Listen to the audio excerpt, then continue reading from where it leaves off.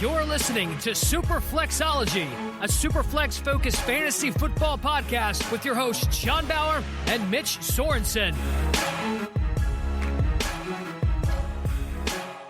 Welcome to episode 19 of Superflexology, a proud member of the Full-Time Fantasy Network. I'm your host, John Bauer, and you can find me on Twitter at The Bauer Club. As always, joined by Mitch Sorensen, and on Twitter, that's at DinoMC. What's going on, Mitch? What's up? So we made it to the big time. You messaged me about this earlier in the week, but we are now in the top 100 of podcasts in the wilderness category in iTunes. So that puts us right next to the Alabama Salt Fishing Report and the Coyote Trapping School podcast. So, I mean, we are moving up just like we expected to.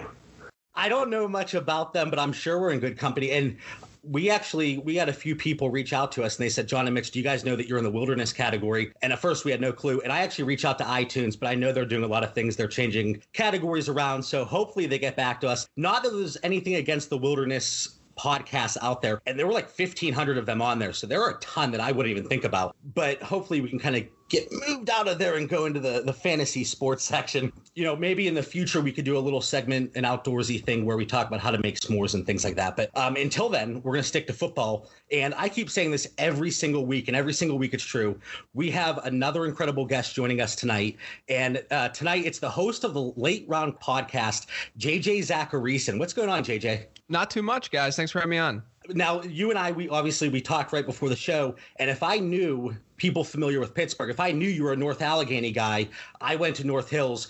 I don't know if we could have had you on, but, you know, it was too late to reschedule at this point. Yeah, that's right. It's crazy. It's such a small world. I no longer live in Pittsburgh. I live in Charlotte, North Carolina, but there's always some connection anywhere I go, not just with the city of Pittsburgh, but like specifically where I grew up and where I'm from. It's crazy. It's just the way that Pittsburgh is, I guess. You could say big little city or a little big city, whatever way you want to describe it. And you could say somebody, and most likely you either know them or you know somebody that does know them. And it's like the Kevin Bacon, like 7 degrees or 6 degrees, whatever it is. But in Pittsburgh, it's like 2. Yeah, exactly. So you went to Pitt. You know, tell listeners about yourself. You know, I know you're involved with FanDuel and Number Fire, and just tell the listeners how you kind of got started in the fantasy football space. Yeah, so when I graduated college, I started working in advertising at an advertising firm out in Cincinnati, Ohio. And so, you know, it was fine. It was whatever, but I wasn't really like getting a ton out of what I was doing with my work. So I started just outside of work every day working on this ebook, which later became The Late Round Quarterback, which published in 2012.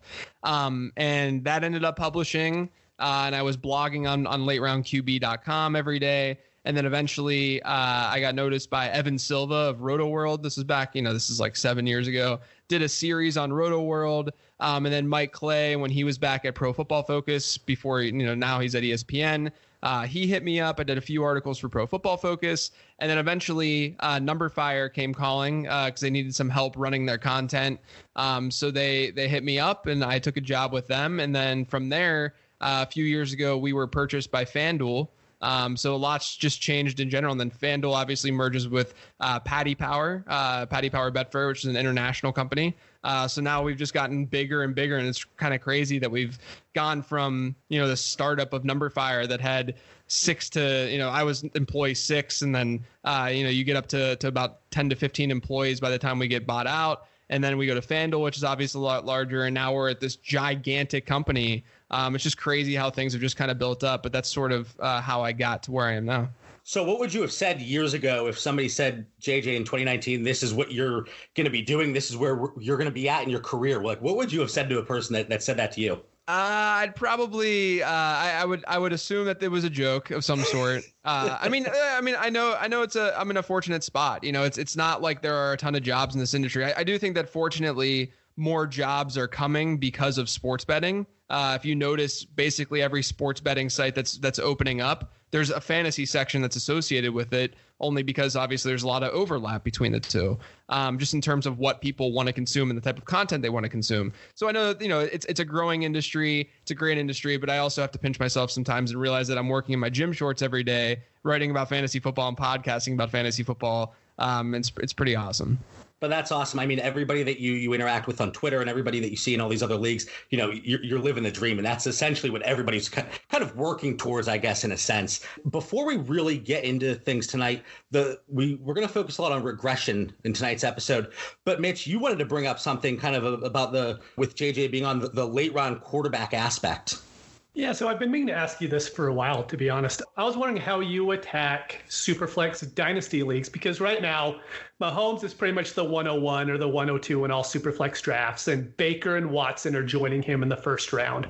And I know you did an Evergreen podcast on, I think it was episode 139. Yeah. And I know you hit this subject last year, but I was wondering if it changed with all the good young quarterbacks in the league now and with how the scoring went up last year as well.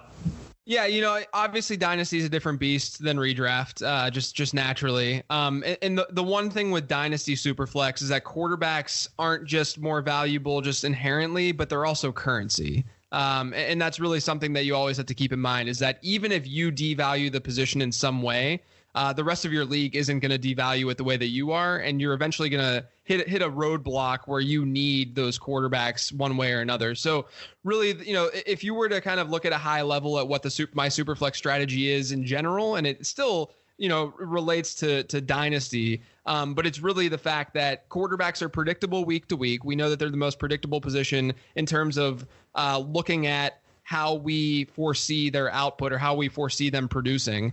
So they're predictable. So you can use that to stream the position. The same idea of streaming. You can't stream in Superflex, obviously, but the idea of using a different quarterback by matchup each week. So you have that. But the fact of the matter is there's a ton of usable quarterbacks that are out there. So if you're in a 12-team league, in a Superflex league, a Dynasty Superflex league, more than likely every team was trying to roster at least 3 quarterbacks, right? So you have 32 teams in the league. There's an excess there in some way.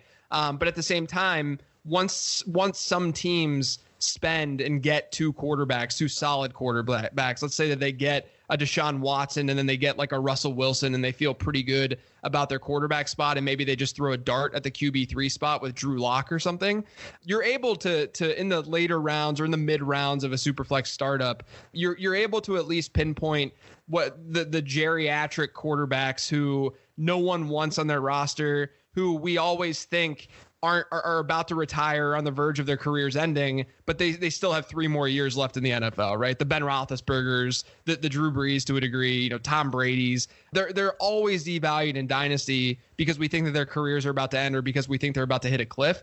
So really for me, it's about finding 3 or 4 guys in those leagues where they're cheaper, but that they're going to have a starting gig in the NFL long term, or at least, I usually look at a 3-year window. And then you can just attack that and go with players that at least provide that stability, because you know that you can play by matchup then each week. And that's great insight. And that's something that Mitch and I, we've talked about. We've tried to talk to people on Twitter and leagues and even, amongst ourselves. But especially in Dynasty Superflex leagues, the cost of acquisition, it's expensive. It is. And, even if you choose to fade the quarterback position and you get those bridge quarterbacks, you're going to have to pay up eventually, even if it's a 12-team league. And Mitch and I, we took part in a 12-team league. It was a 5-conference 60-team league, but split up into 12 teams. And we took 7 quarterbacks in the startup, and the league didn't really like it, and they just kept letting them slip. And we like to trade back a lot, and we get to those picks in like the 3rd through 6th rounds. But the league did not really take too kindly to it.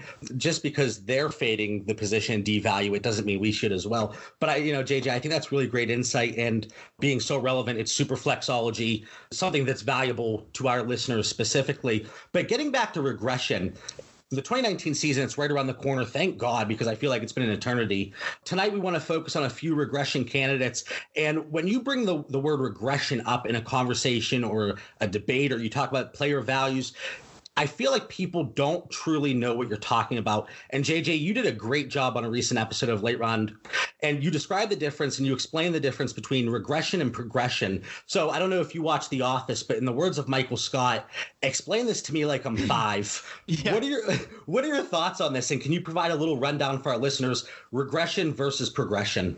Yeah, so I think a lot of people think of regression only from a negative sense, but really regression in mathematics can be both positive and negative. And really, if you think of regression, instead of thinking of it being a negative thing, it's really just a return to a former state. So let's say that you're a golfer. You know, I golf. I'm a low 90s golfer. There will be times where I'll shoot let's say I shoot high 90s one round, right? The next round that I go out, I'm not all of a sudden now expecting that I'm going to shoot in the high 90s. I know that my mean, my average is in the low 90s. So I'm going to negatively regress and get back to, well, in that case, it'd be positive regression, but I'm going to regress back to that norm. If I shot an 88, then I would negatively regress back to that norm in some way. It's kind of backwards in thinking about it with golf, because obviously the lower the score, the better. But it's this idea, you know, that in anything sports related, but obviously football related in this case, players, the way that they perform, what their stat lines say, what teams' records say, is not always what or how these players or teams actually performed. And there are some statistics like touchdowns that will positively and negatively regress just because outliers happen and crazy things happen on a football field. So when it comes to negative regression, what you're saying is this player threw for this unsustainable amount of touchdowns last season. He played way over his head because math dictated that. Then with positive regression, it would be the opposite, that he really underperformed, let's say, in the touchdown column. So, you know, there's a difference, though, too, between what people think of progression and positive regression. Positive regression is literally saying this person underperformed and now he's going to positively regress the next season or the second half of the season or what have you, moving forward back to his mean, back to his former state. Whereas progression actually says that a new state is being formed, right? It's saying that a player, you know, usually we see progression from a rookie to a second year player. You know, we're going to see not just, you know, we're going to, there could be positive regression involved with that, but we're going to see progression from Christian Kirk this year. We're going to see progression from Dante Pettis because they're no longer rookie wide receivers. But that doesn't mean that they're going to positively regress. Those are two very, very different things. So the crux of it is that regression in general can be positive and negative, and it's all based on sort of just unsustainable ways of performing. And then progression is actually getting better as a player. It's not just a math-related thing. That is, it's a simple way to put it, especially the golf analogy. I think it's a simple way to put it, but it really gets the point across. And I think it's a perfect explanation. So with that said, tonight, I want to dive into a few different players, and we're going to throw them into 4 different buckets. So we're going to have the positive regression, negative regression, and then we're also going to have a player that we see as being in a better situation in 2019, like you might have mentioned, maybe a rookie that's stepping into that second year, or a player that's actually in a worse situation in 2019.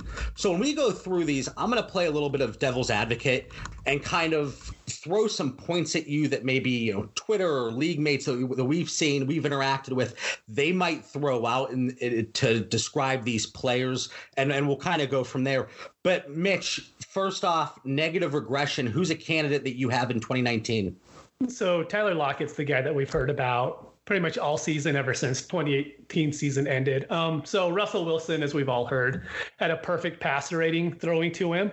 And then we also hear about his 17.5% touchdown rate, which, I mean, that's not repeatable in any way. He only had 70 targets last year, which was only one off his career high of 71 as well. We should expect his touchdowns to come down. He only had 6 red zone targets last year, and there's just such a low chance of him being able to replicate the exact same thing that he did last year this year. So again, playing devil's advocate, we talk about Tyler Lockett and regression. He's a regression candidate to negatively regress. And I think many people are agreeing with that, with how efficient he was. But do you think his expected increased target share and opportunity in Seattle's offense with Doug Baldwin out for the, moving forward, do you think the opportunity kind of outweighs that negative regression? I do. I think it's going to help him. So he's going to be the main guy this year. Metcalf and David Moore aren't going to be huge target monsters coming in. Baldwin He averaged the 114 targets between 2015 and 2017. And I think Lockett can get close to that range. I don't think he's going to get 40 more than he got last year, but I could definitely see him getting more. And the crazy thing about Lockett is his catch rate. So it was at 81% with an ADOT of 13.7. I mean, that's Michael Thomas level catch rate, which is, I don't think there was anyone else in the league that had as many catches as Lockett had and had that high of a catch rate with that big of an ADOT, I should say.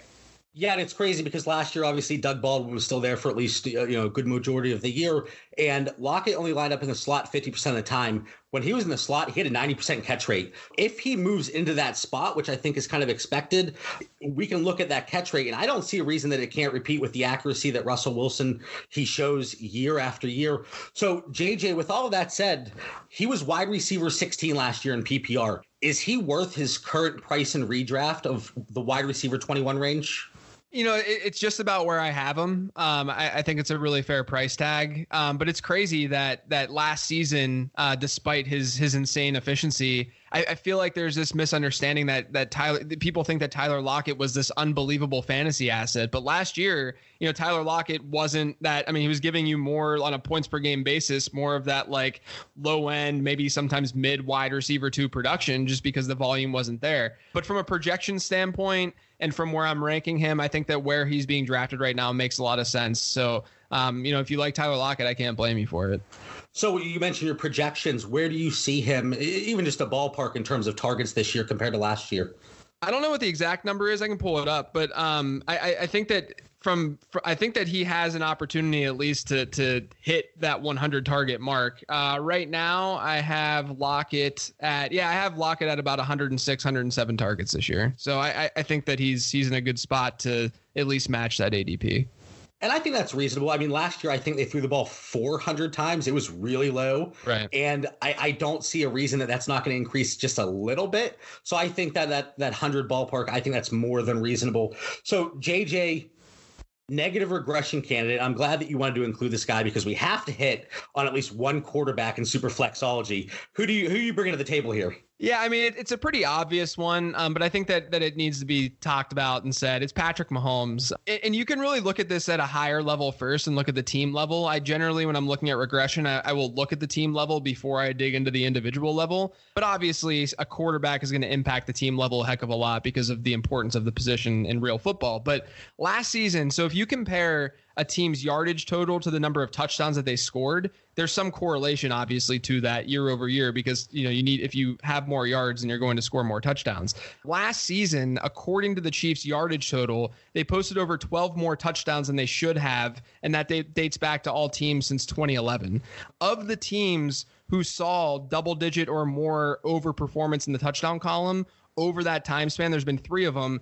Four of them. The following year, they've decreased their touchdowns by 14, 17, 16, and 14. So it's a situation where the Chiefs are more than likely going to not see close to the 66 offensive touchdowns that they saw last year. So we at least know that. And a lot of that has to do with Patrick Mahomes. I am fully on board with saying that Patrick Mahomes could break everything, and who knows, maybe he's just this consistent outlier and he's going to be that good. That can always happen, but that's not something that I like to bank on because it goes against any sort of logic and math. But of the 12 quarterbacks that have had 200 plus attempts in a single season with a touchdown rate of 8% or higher, touchdown rate being touchdowns divided by attempts, all but one of those players saw their touchdown rate decrease the following season. And obviously Patrick Mahomes is now part of that group. And then the other thing too is you just don't typically see QB1s in fantasy football repeat that performance year over year. And I typically don't like to use that sort of data and those types of statistics because every season is within the context of that season and how these players ranked. I was having a discussion with someone today on Twitter saying, you're too low on Alshon Jeffrey, even though I'm basically at ADP with where I ranked Alshon Jeffrey. But you're too low on Alshon Jeffrey because he's finished as a top 25 wide receiver the last 2 seasons. But the problem with looking at where they finished in the previous seasons is that it doesn't give you the context for the current season, when in the current season, you have perfect information where everyone is healthy, right? In those other seasons, players get hurt. Players are no. So if the player that you're analyzing never got hurt, then he's just going to elevate himself within those rankings. That's why I don't typically like to simply look at previous season ranks and all that sort of stuff. But with regards to Patrick Mahomes, and the reason I'm bringing up the QB1 thing and how that doesn't transfer year over year, it's because it's freaking hard to be the QB1 year over year in fantasy football, because typically the QB1s in fantasy football are giving you an outlier season. You can look at Matt Ryan's MVP season. You can look at Cam Newton's MVP season. Every year that we have these high-end quarterbacks that come out of nowhere in a way, it's usually because they're having an outlier season in some way. So there's a lot of reasons that Patrick Mahomes is going to regress this year. The crazy thing is that he can still be your QB1, but there is going to be some regression with that. Yeah, I was looking, even if he dropped based on his numbers from last year to a 6% touchdown rate, he still would have ended up with 35 touchdowns, which is crazy to think about. And I'm going to ask you the question before, I think, Mitch, you have a question as well. You're not pulling the trigger on Patrick Mahomes in a one quarterback redraft league. No, I think he's a clear avoid, just given where he's going. You really need to have the same type of edge that Mahomes was giving you last year to really have any sort of edge in a single quarterback league, especially. So, if you were to be guaranteed Mahomes production last year, this year, sure, draft him in the third round all day long. But just given that cost and the opportunity cost that's associated with that, it's just really hard to pull the trigger there. Exactly. And I think the thing with him too, last year, we were getting him in maybe the 11th, 12th round. Exactly. In a home redraft league, I know obviously the competition's a little bit different, but in a home redraft league last year, I actually took Dalvin Cook and Leonard Fournette with my first two picks, which we know how that ended up. I got Mahomes, I think, last pick in the draft, and I ended up winning the league simply because of that. But I wasn't taking him in the, like you said, third round. Yeah, I was just going to bring up the same question, be honest with you. I was just wondering if you thought he was being a little bit overdrafted right now, or if you think it's fair kind of where he's going, even though you're not willing to take him there. Yeah, I mean, like, I can understand the ADP and where it's at. I think that if you were to ask me this question 4 years ago, I would say that drafting the QB1 in the fourth round, let's say, makes a ton of sense to do. But the quarterback competition has just gotten better and better in fantasy football. And all that does is, if you're the guy, if you're the man or woman who takes Patrick Mahomes in the third round, and the rest of your league decides to go with a late round quarterback approach, all that does is devalue your Patrick Mahomes pick. In an ideal world, if you're the first person to take a quarterback in your league, you want everyone to take a quarterback right after you take that quarterback, because the opportunity cost is super high for them as well, but they're not getting a guy like Patrick Mahomes. They'd be getting a guy like Aaron Rodgers or Baker Mayfield or what have you. So in an ideal world, if you take Mahomes in the third, you want everyone to take a quarterback in the fifth or sixth round. But if the rest of your league waits and waits and waits and waits, that just devalues that pick. And it's a scary, scary thing to do. It's not something that you want to really bank on and kind of attack. It's a lot safer to just go with a running back or a wide receiver there. And if he does regress down to the point that we all expect him to, he really doesn't offer much upside over, like you said, an Aaron Rodgers or even a Matt Ryan type player. Right. Totally. So moving on here, and this is a term that a lot of people hate because, again, I don't think people fully understand it, but positive regression candidates. So, Mitch, I know you have a guy here, and it's funny because, as I told you guys before we jumped on the show, I joined Reddit a few days ago, and man, that can be a dark place, and I wasn't fully prepared for it. It's a little different than Twitter, but I posed the question prior to the episode. I said, who is a guy that you think is negatively going to regress in 2019? And the guy that you have as a positive regression candidate actually came up as a negative regression candidate. But again, I think kind of knowing what we're talking about when we talk about regression kind of played a role in that. So, Mitch, who's a guy that you have that's going to positively regress in 2019? Yeah, I want to bring up George Kittle pretty much for what you said, because we heard previously that he was going to be a big negative regression candidate because he broke the record for tight end receiving yards last year with 1,377 yards. And that was 860 more than he had in his rookie season. So he took off last year. And just like how we were talking about getting Mahomes, won you the league, getting him in the 12th round last year, Kittle did the same thing, getting him at the same point. All this was done without Jimmy Garoppolo. He had Nick Mullins and Beathard throwing him the ball. And so we have to assume that his receiving yards are going to come down. He's not going to break that record every single year. But one thing we could look for him to improve on is his touchdowns. He only had 5 last year on 136 targets, and he had 19 targets in the red zone, and he only got 10 catches with 2 touchdowns there. That is, if he gets the same volume, that is going to go up. I'm going to talk about a guy a little bit later who is the exact opposite. The reason why I think he's going to get the same volume for the 49ers this year is if you look at their wide receiver group, they're all really small.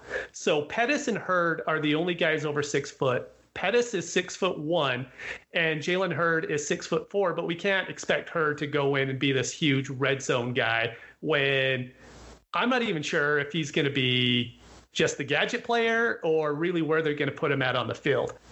You brought up the quarterbacks that he played with last year. And again, to play devil's advocate, one argument that people throw out with George Kittle all the time. So he played with lesser quarterbacks that really relied on him in the passing game, especially that intermediate range. Do you think Garoppolo coming back actually hurts him a little bit? And do you think that argument has any merit, Mitch? I don't think so, because I think the reason why he was getting the ball thrown to him a lot is because he's really good at football. If you're an elite player, you're going to get the volume, whether there's good guys around you or the wide receivers that they had last year. JJ, question coming over to you. A guy like George Kittle, and obviously, we just took part in the Scott Fishbowl 9 draft, and I actually took George Kittle at 202, and obviously different roles, crazy settings. So in a typical PPR redraft league, are you okay, not necessarily just George Kittle, but Zach Ertz, Travis Kelce, are you okay pulling the trigger at their current value? Or just like quarterbacks where you look to go later rounds, are you doing the same for tight end this year? Yeah, so, tight end's also what I like to call a onesie position, where you're only starting one of that position in your lineup each week. And that just inherently devalues that position, right? And what it does is, because there's less demand for that position, you can draft starters at tight end later in your draft, round 11, round 12. Whereas at running back and wide receiver, those positions are pretty much dried up by the time that you get there. So it spreads things out a little bit. Now, with that being said, tight end is a lot different than quarterback because it's not nearly as predictable, especially week to week. And so those elite tight ends, we know to a higher degree who those elite tight ends are going to be. And so if you're going to draft them, it makes sense to draft them earlier than draft, say, a Patrick Mahomes or a quarterback earlier. Now, with that being said, I do think that it's kind of interesting that, and I agree with the Kittle analysis for the record. Like George Kittle, especially if you compare like his receiving yardage to how many touchdowns he should have had based on his yardage totals. I mean, it's bonkers how many more touchdowns he should have had last year. But with that being said, I think it's kind of interesting how the fantasy industry and analysts, and there's nothing wrong with it per se, but everyone's touting an early round tight end strategy, whether it be Kelce, Ertz, or Kittle. And to me, I think we should be projecting each of those players probably to have worse seasons than they did last year. Now, I think that each of them have some sort of high floor, and I prefer Kittle to Ertz personally. There's a lot of reasons that I don't like Ertz. We'll get to that later, but I prefer Kittle to Ertz because I think that there's a chance that George Kittle is just the next Travis Kelce, right? That this is George Kittle. He's that good. But with that being said, it's just, in the early rounds of drafts, the opportunity cost is just really, really high. And it's a safety move. I really want to just get players at running back and wide receiver because I know that they're in higher demand and they're just more important in fantasy football. So this is going off track a little bit, but you're passing on these tight ends early. Who's a later round tight end that you're looking at? Yeah, so I mean, there's definitely a few. I actually think this is different than years past because in previous seasons, if you look at historic ADP data, the middle rounds of drafts have typically been the easy at the tight end position has been the easiest place to fade tight ends. Is in the middle round. So you're looking at the Greg Olsons, the Delaney Walkers, these old guys who would just get a ton of volume, but they were never giving you this elite production per se, right? It was just an easy round to fade. And if you look at ADP versus how these guys finished in fantasy points scored, of top 12 tight ends over the last 8 years, so since 2011, there's an R squared, a correlation of 0. There is no correlation between top 12 tight ends and where they're being drafted over the last 8 years and how they finished fantasy points wise. But the thing is, if you look at top 6 tight ends, you start to see some correlation. And the reason for that is because the middle tight end ones that are being drafted each year are just dead weight. They're just not good. But this season, I think the market has shifted, and we're starting to see these younger, more athletic tight ends be pushed to the middle rounds into this tier of O.J. Howard, Hunter Henry, and Evan Ingram. And for the first time, I'm sitting here saying I don't mind these middle round tight ends. I actually think that they each have a real opportunity to jump into the elite tier entering next season. So I'm okay with drafting those guys. If I'm going to go later, I'm just shooting for upside, strictly upside. So I think that you could look at a guy like Darren Waller, and if he doesn't pan out, he doesn't pan out. With quarterbacks and tight ends, just given that they are replaceable and they are playing that onesie position, buy into all the hype you want to buy into. Look only at upside, because it doesn't matter if they don't pan out. So Darren Waller, really interesting, just given his athletic profile. And then I'm just going to go back to Jordan Reed, because we know that Jordan Reed at least has the upside. He's proven that he has that upside. There's not a lot of competition there. He's healthy for the first time in years. So I think he's at least a little bit intriguing. So those would be the two guys that I would kind of look at late if I'm not getting those middle round targets. I'm laughing over here because Mitch is about to give himself a pat on the back. He talks about Jordan Reed at least once a week to me, and like it's to the point now I'm just gonna say stop. But now he's gonna say, well, JJ likes him, so I'm gonna keep talking about it. So thanks a lot, JJ. I appreciate that. It's all they got, man. They have no one else to throw to in that offense. True. We'll see if he can stay healthy. But and again, that's fantastic analysis of the tight ends. I think if you can't get, like you said, one of those first 6 faded as much as you can, even though I do like Vance McDonald this year. Yeah, but, I do like Vance as well. Yeah. So from one Steeler to the next, one positive regression candidate that you want to talk about, JJ. Yeah, Juju Smith-Schuster. So this is actually a good example of people thinking progression just because he's going to be better in some way. Like obviously, where he finished last year, he still saw a lot of volume. So, people might see progression as he's going to be in this new role with the Steelers. He's the number one guy there. But really what I want to talk about is the amount of touchdowns that he had last year. So again, if you look at receiving yards versus receiving touchdowns, there's a strong correlation there every year. And this shouldn't be shocking because if players are getting a lot of yards, they're probably finding the end zone in some way. Among relevant wide receivers last season, DJ Moore, Brandon Cooks, Julio Jones, Jarvis Landry, and T.Y. Hilton, those 5 guys were the only ones who underperformed in the touchdown column versus yardage more than Juju Smith-Schuster. But the crazy thing is that all the while Juju, and that's just with receiving yards, but all the while Juju was second in the league in red zone targets, and he was third in the league last year in targets within the 10-yard line. If you look at Mike Clay's opportunity adjusted touchdown metric, which basically takes every target that a player saw, looks at where that target came, looks at whether or not that target was in the end zone, and it comes up with this this OTD metric that says this is how many touchdowns this player should have had last year. If you look at the OTD metric, Juju should have had 2 more touchdowns than he actually had last year, which was one of the highest marks in the league. And if you look at any of these regression type metrics, a lot of them are actually going to skew to not looking all that favorable only because passing was a lot better and more efficient last season. So if you were to compare something like this and you were to adjust a little bit more, I'm sure that number would be even higher for Juju and that touchdown total. So, obviously there's a better situation for Juju in 2019 versus 2018, but just naturally there was going to be some positive regression coming in the touchdown column for Juju regardless. You talk about the different regression models and what we can expect in terms of touchdowns based on yardage. And I like to look at it too, just strictly, obviously it's not bulletproof, but strictly from a red zone standpoint. And he had the 4th lowest actual touchdowns compared to expected. So you hit the nail on the head. Looking at just red zone touchdowns, he had 5, but he should have had 7. Yeah. So right there, you said, 2 more. So looking at the positive regression that we're expecting and the way the Steelers threw the ball 675 times last year, we're all expecting that number to come down a bit. And, on average over the last, I forget how many years it was, but the Steelers ran the ball between 4 and 5 times less per game last year than in previous years.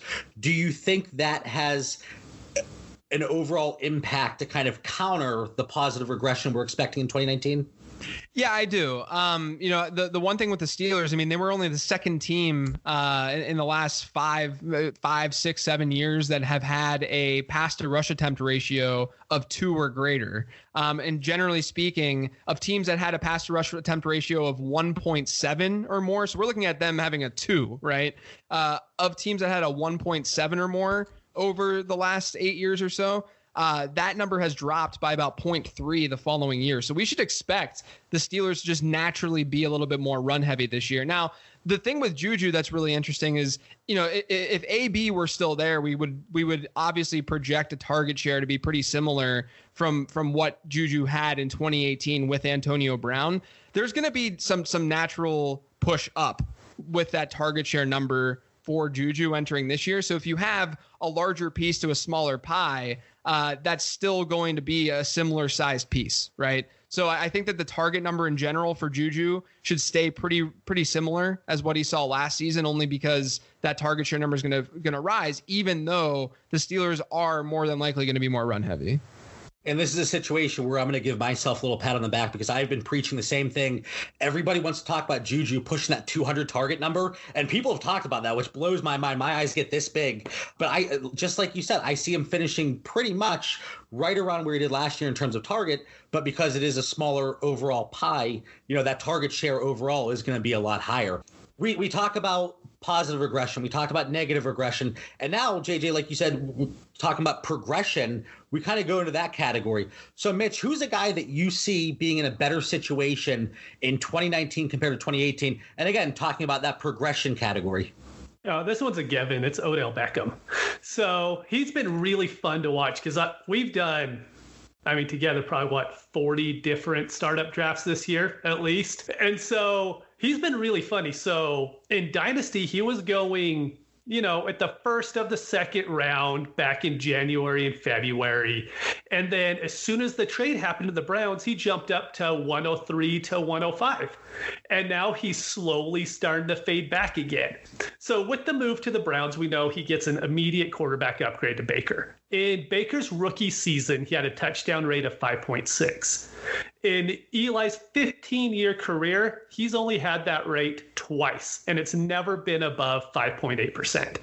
He has playmakers surrounding him in Cleveland to where with the Giants, he was always the best player. They had Saquon last year, but other than him, they haven't had anybody there that's of that caliber.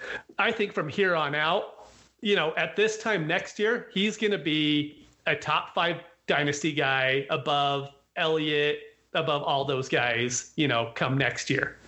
And it's funny that you brought it up because I had a debate with somebody on Reddit, the dark underworlds, and they said that we shouldn't even be talking about Odell Beckham's value change because he's still a first rounder and it was pointless to bring up. And I said, but there is a change in his value. And you talked about the roller coaster ride. It went from late first, beginning of the second, all the way up to 103-ish, 105 area. And that was even in Superflex. So you start throwing in the Mahomes, and even, people started going crazy for Baker for a little point in time there. And his value, it really did change. Now it's kind of stabilizing. The market, it's kind of correcting itself because it shot one way more than it should have. And you kind of mentioned this. And again, I've said this throughout the show, playing devil's advocate. Odell Beckham was the only show in town in New York. If somebody says, Mitch, you're wrong, there are so many other weapons there in Cleveland, there's no way he's going to put up the numbers he did in New York. What are you going to say to that? I say it's a weak argument, to be honest with you, just because we don't worry about that with Hopkins or Julio or Keenan, and they all had a 28% target share last year too. Like I said with Kittle, really good elite players will always get the volume. I was trying to think of an elite wide receiver who just doesn't get a 25% target share. And that's, of Odell's caliber. There isn't one that I could think of. And that's probably because guys like Odell get that target share. So I think he's going to be perfectly fine. I believe it's going to hit Landry. Odell's going to get his. Yeah, and you kind of talk about almost like a lazy argument. It's the same thing we just talked about Juju Smith-Schuster, and people love to say, oh, he's going to face top coverage. He's not going to be able to do what he did last year. Every wide receiver has had to take over that role at one point or another. And I just think, like you said, Mitch, it's kind of it's a rubbish argument. And at this point in the season, I think people, or in the offseason, people grasp for straws at times. JJ, I'm very excited for the wide receiver that you want to bring up here, because I have been loving him all offseason. Who is in a better situation in 2019 than they were in 2018? Chris Godwin. Yes. Godwin. It's such an easy sell, in my opinion. I know that folks are a little bit turned off because he's not the number one guy in that offense, but we see multiple wide receivers in the top 10 and top 20 all the time in fantasy football, at least to a higher degree than you might realize. I mean, obviously, we've seen the Minnesota wide receivers do it recently. Last season, we saw the Juju and AB situation happen. And that's really sort of the direction that I think Godwin could go in this year is to be that Juju Smith-Schuster type breakout where he isn't the 1A on his team per se, but he could be the 1B. And this is the perfect situation to be in. Last season, he only played 75% or more of the team's snaps in 5 games, which is just it's unfathomable to think that a coach could do that with Chris Godwin and the talent that he has. But you no longer have Deshaun Jackson there. You no longer have Adam Humphries there. Adam Humphries obviously ran out of the slot. We could see a lot of slot looks from Chris Godwin in this Bruce Arians offense. And really, if you look at Tampa Bay last year, they were very vertical. You had Todd Monken there, who was a very pass-friendly coordinator, and they were throwing the ball down the field a lot. And so I can understand people saying that with Bruce Arians here, it's not like things are really changing. That's true, but things are a lot more sustainable now. That's the key, is that this is remaining the same. The offense is still going to be throwing the ball down the field. Anytime you have a high average depth of target, that's super, super helpful for those pass catchers. So to me, Chris Godwin, very good prospect coming out, has already performed in the NFL. But I think this is a big, big breakout year for Godwin. I wouldn't be shocked at all if we're looking at both him and Mike Evans as top 12 wide receivers this season. Absolutely. And you brought up Todd Monken, and he's over in Cleveland this year. That's right. So another thing for Odell Beckham, for us to get excited about. And JJ, you kind of touched on this. He's never going to take over Mike Evans. That's one of the arguments. A few other arguments that we hear all the time. A lot of his points over the last 2 seasons have come in week 17. It's something that people love to throw out. And then another thing, the shaky quarterback play. So you're presenting Chris Godwin as a guy that's in a better situation in 2019. How are you going to counter those 2 arguments that people love to throw out? The week 17 stats and the shaky quarterback play. So the shaky quarterback play is really more about bonehead mistakes than anything else with Jameis. He's a D-gaffer when he's throwing the football, and that's not really a horrible thing for fantasy purposes. So as long as Winston's under center, which it's hard to imagine him not being this season, as long as he's under center, that's fine from a fantasy perspective. Maybe a real life perspective, it's not fantastic, but you're obviously matching him up also with a good head coach. The week 17 thing bothers me more than the Jameis argument, I think. And the main reason is when you're making a projection or when you're projecting how well a player is gonna perform in a current year, you're not sitting back and saying, here's how he performed last season in these specific weeks. You're not saying that, let's just say that those week 17 performances had any bearing on what happens the following season or matters in some way or another. How are you actually adjusting for that, right? There are so many statistics out there that people can throw out and say, well, this happened or this happened. It's like, okay, well, tell me how this impacts what's going to happen in this season. I need to understand how this actually changes the outlook for Chris Godwin rather than this is what happened to Chris Godwin. We intuitively know that there are going to be instances where a week 17 game isn't very interesting / it doesn't matter, right? Because teams are resting starters, teams might just be out of it, so they don't really care. But when I'm projecting a player and looking at what his target share is likely to be and looking at what his yards per target could project as, I'm not sitting there saying, I'm not going to give Chris Godwin this target share this year because he performed well in week 17. He didn't perform as well in these other weeks because our sample size last year of him performing not well is really coach driven more than anything else, because they weren't putting him on the freaking field. So I think all of that it's an irritating argument to me, because I just think that it's baseless, and there are much stronger ways to present data-driven information in fantasy football. Like you kind of hinted at, we shouldn't be picking and choosing what games we're removing, because we could easily just remove one of his bad games and kind of push his numbers more in the direction that we would like as Chris Godwin truthers to kind of push that narrative. Right now, he's going around wide receiver 20 in redraft. Are you okay with that, or do you think right there we're drafting him at his ceiling?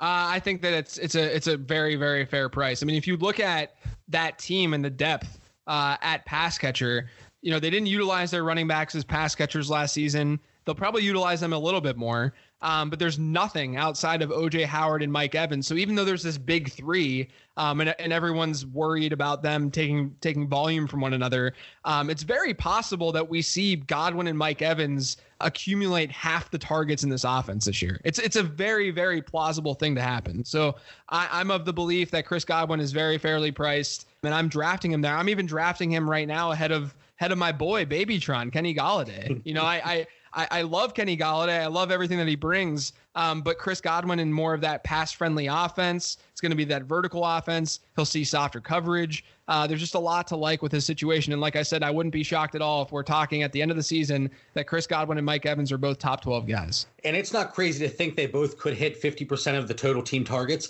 We saw the same thing with Stephon Diggs and Adam Thielen last year. They were right at 51%. Obviously a different team makeup, but with the pass attempts there to go around, I think there's a lot of opportunity. And you talked about Kenny Golladay. Mitch over here, as you can see from the jersey in his background, he's our resident Detroit Lions fan, and I offered him Kenny Golladay in a trade earlier today, and he refuses to take anybody on besides his boy Kerryon Johnson. I dig it. I'm into Kerryon too. It's just Patricia, man. I can't trust that passing game at all until I actually see it on the field. Once I see it, I'll be all into it again. But until that point, don't hold your breath. We don't know how long that's going to take. Right, exactly. So moving on here, the last bucket that we want to hit on, the players that are in a worse situation in 2019. And again, this is not necessarily regression, but again, exactly what we said, worse situation. I had played devil's advocate throughout the rest of the episode, and I threw questions at you. I can't play devil's advocate here because I think both of you are spot on with the players that you want to talk about. So, Mitch, who's a guy that's in a worse situation in 2019? So, as you know, as a Lions fan, I can't believe this guy had such an unbelievable season last year. That's Eric Ebron. So when he was in Detroit, in his 4 years there, he had 288 total targets and had 11 touchdowns. Last year with the Colts, he had 110 targets and 13 touchdowns. And when I was talking about Kittle, he had the 19 red zone targets and only got 2 touchdowns off that. Ebron had 12 catches in the red zone, and 11 of those were touchdowns. There's no way it's going to happen again. But only one of his catches did not go for a touchdown in the red zone last year. So the Colts brought in Paris Campbell and Devin Funchess. And last year, the Colts didn't have one wide receiver that had over 8 red zone targets last year besides T.Y. Hilton. And someone like Funchess had 11 last year. And I think that's probably a pretty fair number for him. So I think just Funchess coming in alone is going to hurt Ebron, but that doesn't even include that when Doyle was healthy, Ebron had his snaps cut in half. He only had 23 snaps per game when Doyle was healthy, and without Doyle, he had 47 snaps a game. Yeah, and you hit on the red zone targets and the red zone touchdowns. So obviously this is a guy that falls in 2 different buckets. He falls in the negative regression, but like you said, a little more competition for those red zone targets. And I hate the expression, but more mouths to feed, just for lack of a better phrase. But I'm that's spot on. A worse situation in 2019. JJ, worse situation in 2019 compared to 2018. Who do you have? So I feel like I'm on an island with this take. I really feel like there hasn't been a lot of talk around it, but I'm just running with it this offseason. I'm just going to go with it. But Zach Ertz is someone that I really think we should expect to not perform the way that he did last season. I really think that the best way to think of Zach Ertz this year is that he's going to be 2017 Zach Ertz instead of 2018 Zach Ertz. So if you look at his career, 2018 Zach Ertz was the outlier season. That was the outlier year for Zach Ertz. He had 156 targets when his previous season high was 112. He had 100 receptions. His previous season high was 78. I understand he didn't play full seasons in here and there, but overall, it was an outlier season for Ertz from a production standpoint. And the other thing that I think goes unnoticed with Ertz last year is that the Eagles were banged up. / they didn't have a lot of competition for those looks. Alshon Jeffrey started the year banged up, and then they didn't have much outside of Alshon at wide receiver in general. And then mid-season, they add Golden Tate. And what happened was Zach Ertz's target share dropped by 6 percentage points when they got Golden Tate. So what that shows you is that he is influenced in some way by added competition in that team. Part of it is because he had this unsustainable 28% target share before Golden Tate got there, but that's sort of the point, right? And so they now add Miles Sanders in the draft, who could be an all-around back for them. They're also going to be more run-heavy this season in general because they're likely to be better. They're one of the better teams in football. They threw the ball at the highest number of pass attempts that they've had under Doug Peterson. They also added J.J. Arcega-Whiteside. They added Deshaun Jackson. And then Dallas Goedert is another year in the league. There's plenty of competition there for Philadelphia. And I think that just looking at that Golden Tate situation. Now, I know that there's been the common theme throughout the show that I'm totally bought into and believe in, that elite talent doesn't see their target shares fluctuate. But I'm not a believer that Zach Ertz is an elite talent to that degree, right? It's a different situation, especially when you're looking at tight end. Rich Rebar, my buddy Rich Rebar, who you guys probably know, who was at Roto World for a while.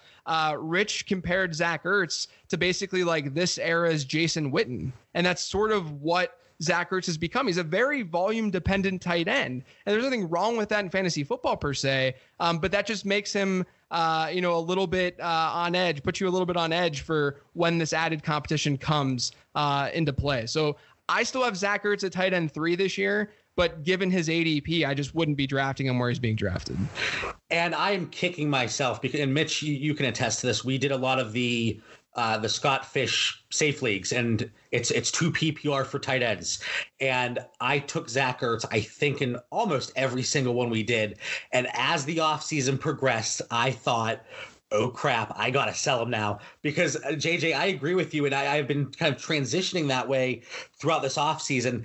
I don't see a way that he comes even close to that 156 in terms of targets last year. Right. And if you look at 2015, 16, 17, he was right between like 105 and 112 every single year. And I think he's bound to miss a game or two because of injury and all the additional weapons. Mitch, I know you've bought into this offense. You love Carson Wentz this season because of it. Love Carson Wentz. Yeah. Me too.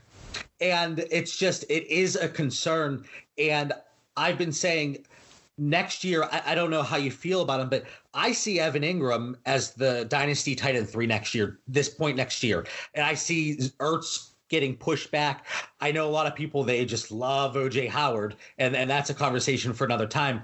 But for me, I think we all agree here that Zach Ertz, he's a guy, he's going to be negatively impacted this season because of the additional weapons they have. And I can't play devil's advocate here because I don't know what I could come up with. So again, there's so many times that people talk about regression, whether it's negative or positive, and then we talk about the progression, JJ, like you mentioned, and there is a difference. And it's important to know that there is a difference when using those terms. And I think the guys that we brought up here, the 8 guys that we touched on, they're great candidates for all 4 of those categories. Now, before we let you go, JJ, I want to close the show. You're a Pitt guy, University of Pittsburgh. That's right. I didn't go to Pitt myself, but I spent a lot of time in Oakland. I try to come up with fun, some might say stupid, corny titles for segments. And this one I'm calling the Pit Stop, okay? So I want to run through a few guys, and I think it's a lot more clever than it actually is, but I want to run through a few guys that went to Pitt, and then really quick, you and Mitch, it's going to be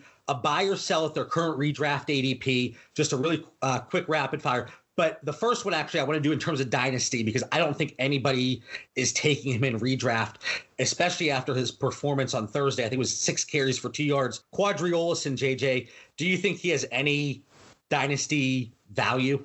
Definitely wasn't someone who popped in my prospect model.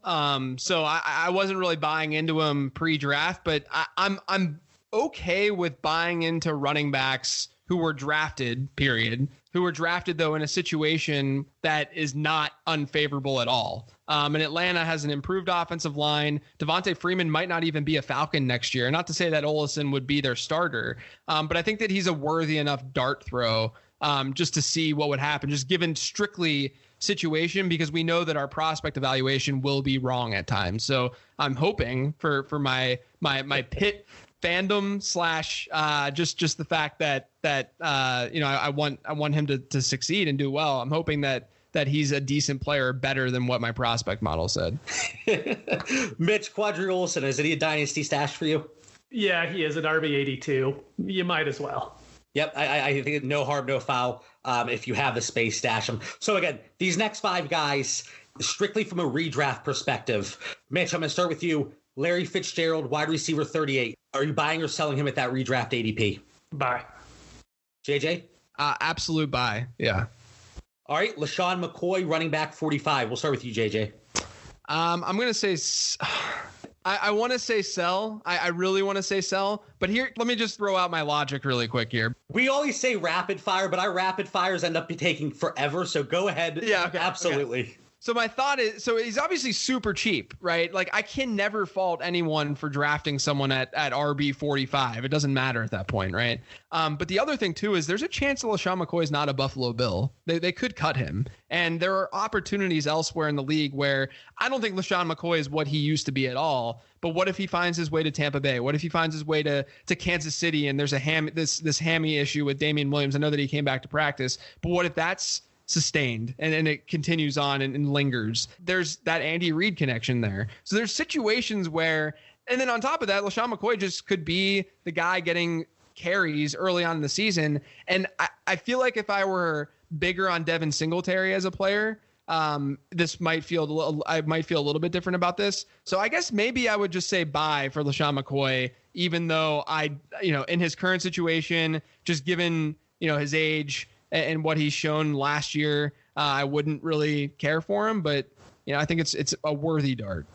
Right, and these first few, they're kind of boring, especially these later round players. Mitch, LaShawn McCoy, running back 45, buy or sell? Sell. Mitch, Dion Lewis, literally right behind him at running back 46. Buy, because I don't think Henry's going to stay healthy all year. JJ? Totally agree. Buy. All right. Now it's getting a little more interesting. JJ, James Conner, running back 8, redraft ADP, buy or sell?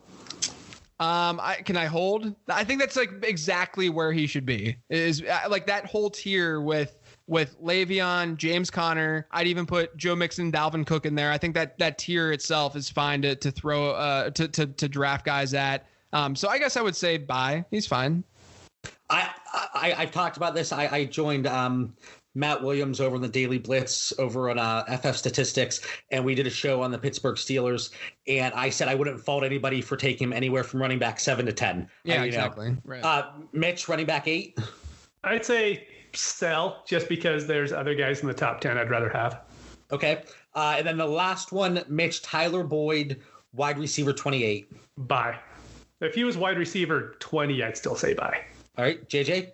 Yeah, I think he's a solid buy. I just went straight homer that whole entire spot there. Man, the Pitt bias is coming through. I was trying to test your Pitt fandom, but obviously there is no challenge in that regard. So before we sign off, and I'm pretty sure everybody knows where to find you, but if they're not following you or listening to your shows or checking out your work, what projects do you have in the works? And let our listeners know where to find you, JJ. Yeah, so I'm on Twitter at Late Round QB. You can definitely follow me on there. I have a podcast. I have 2 podcasts. One of them is called Living the Stream, which is more of a weekly show that's borderline a lifestyle podcast at this point, not even a fantasy podcast. But we give streaming recommendations each week. My podcast co-host Denny Carter and I. And then I have my other podcast that I'll be doing 4 times per week in season, called the Late Round Podcast, which is kind of bite-sized 15 to 20 minute shows, sort of like TED Talks is kind of the way that I describe them. But the Late Round Podcast is that one. And I'm going to speak for Mitch also. We absolutely love the show. We love the idea of keeping them so short. I think last week's episode, it was a long one for you. It was like 26 minutes long. Yeah, it was like my stairway to heaven of podcast episodes. Yeah. And we try to keep our show short, but as you can see, we just hit an hour. Mitch can never get me to shut up, so that doesn't really work out. But JJ, seriously, thank you so much for jumping on with us. Honestly, a pleasure. Again, North Allegheny guy, North Hills guy. We're going to let bygones be bygones, at least for this. Right. Everybody that tuned in, thank you for listening. I'm John Bauer. You can find me on Twitter at The Bauer Club. For Mitch Sorensen, at DinoMC. And follow the show on Twitter and Instagram at Superflexology. Have a great night. Thank you for listening to the Superflexology podcast. If you want the latest news in fantasy football, follow us on Twitter at Superflexology, The Bauer Club, and DinoMC.